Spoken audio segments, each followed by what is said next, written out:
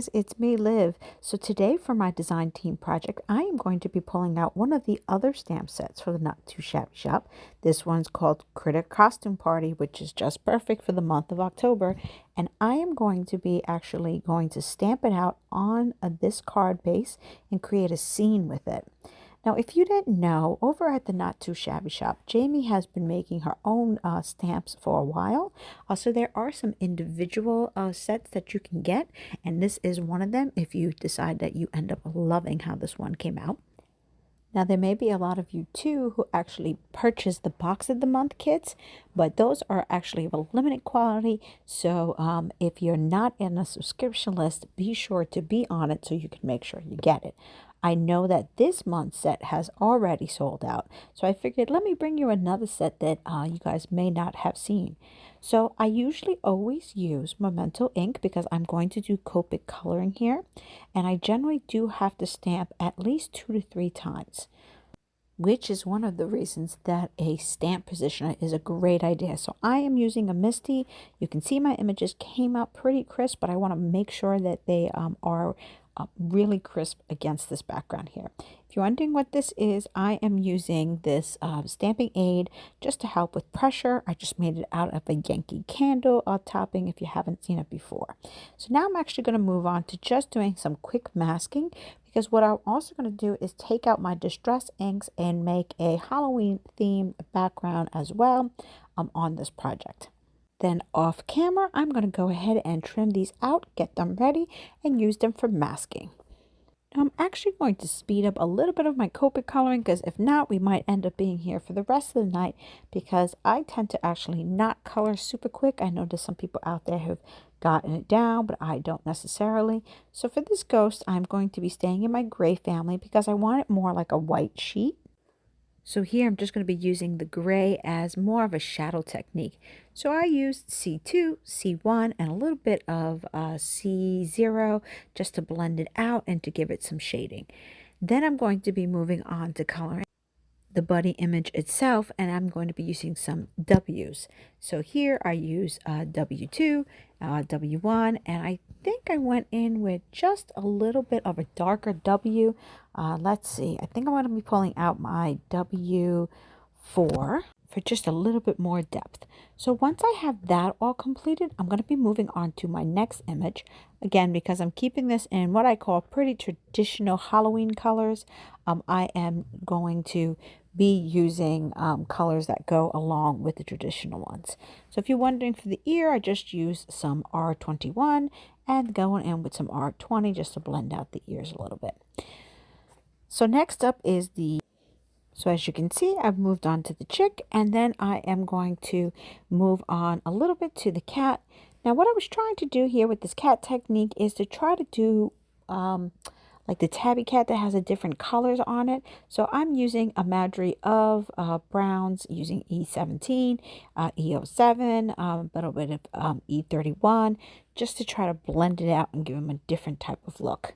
And I'm going to stay with the same yellows that I used for the chick, which is the E19, E15, and then just a little bit of E11 to blend them out, so that the bee can kind of go with the classic look that we use.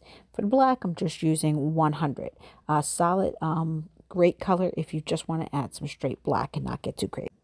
Now, I don't know about you, but for me, Halloween usually means green, like bright greens, not neon of them, purple, reds, oranges, and even some yellows, really, to bring it all together. So that is what I'm doing here. I took out some purples, I took out some greens.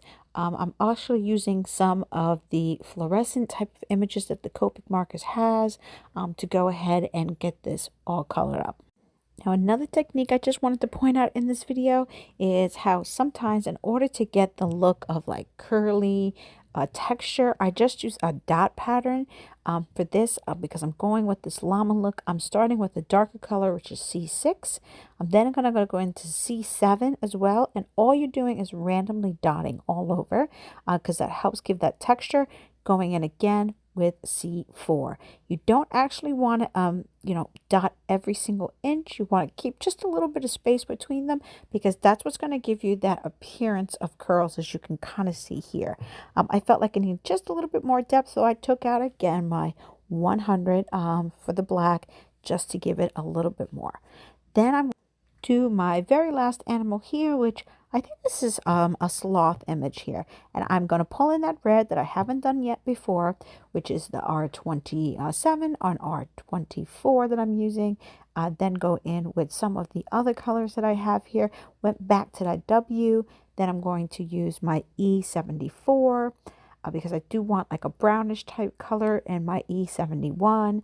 Again, you could put other colors in if you want it deeper, and then fill in the boo. Once I have the boo filled out, then the next step is the masking. I did not attempt to make this complicated. I just wanted to bring in some more classic of Halloween colors here. So I started off with prize ribbon for like the sky look, went on to wilted violet as well. And then I'm going to be also bringing in a twisted citron to this one, and candy apples. And I'm just going to go ahead, now that I have my mask down, I don't have to worry about ruining my images because they are all covered, and I'm just going to very quickly do some distressing here on this image. I don't mind that it's not exactly perfect because, as you see, it's going to blend really well when it's all said and done, and I'm just trying to make sure that I have all these colors in here. So now that my blending is all set, let's peel off the mask and let's see what this looks like. Ta-da! I'm actually really loving this. Now, sometimes when I do mask, I get that little border. Some people would just leave that. It aggravates me just a tiny bit. So I'm actually going to take out one of my Copic markers and kind of give them a shadow underneath. So it looks like some of that spacing is more purposeful. And I usually try to have a color that's very similar to the color that they used within whatever I was distressing. So now that's all set. I'm going to mount it onto a card, but not without first doing some splatters, which should have put my mask back on. It's a little error over here because I got a little bit crazy, but that's all right. I think overall you won't notice it when I blend it out a little bit. Then now that my splatter's in, I'm going to go ahead and dry this, and this is my finished card. It does not have anything but the layers, so I hope you guys enjoy it. Definitely check out the cute stamp sets over at Not2Shabby shop, and thanks for watching.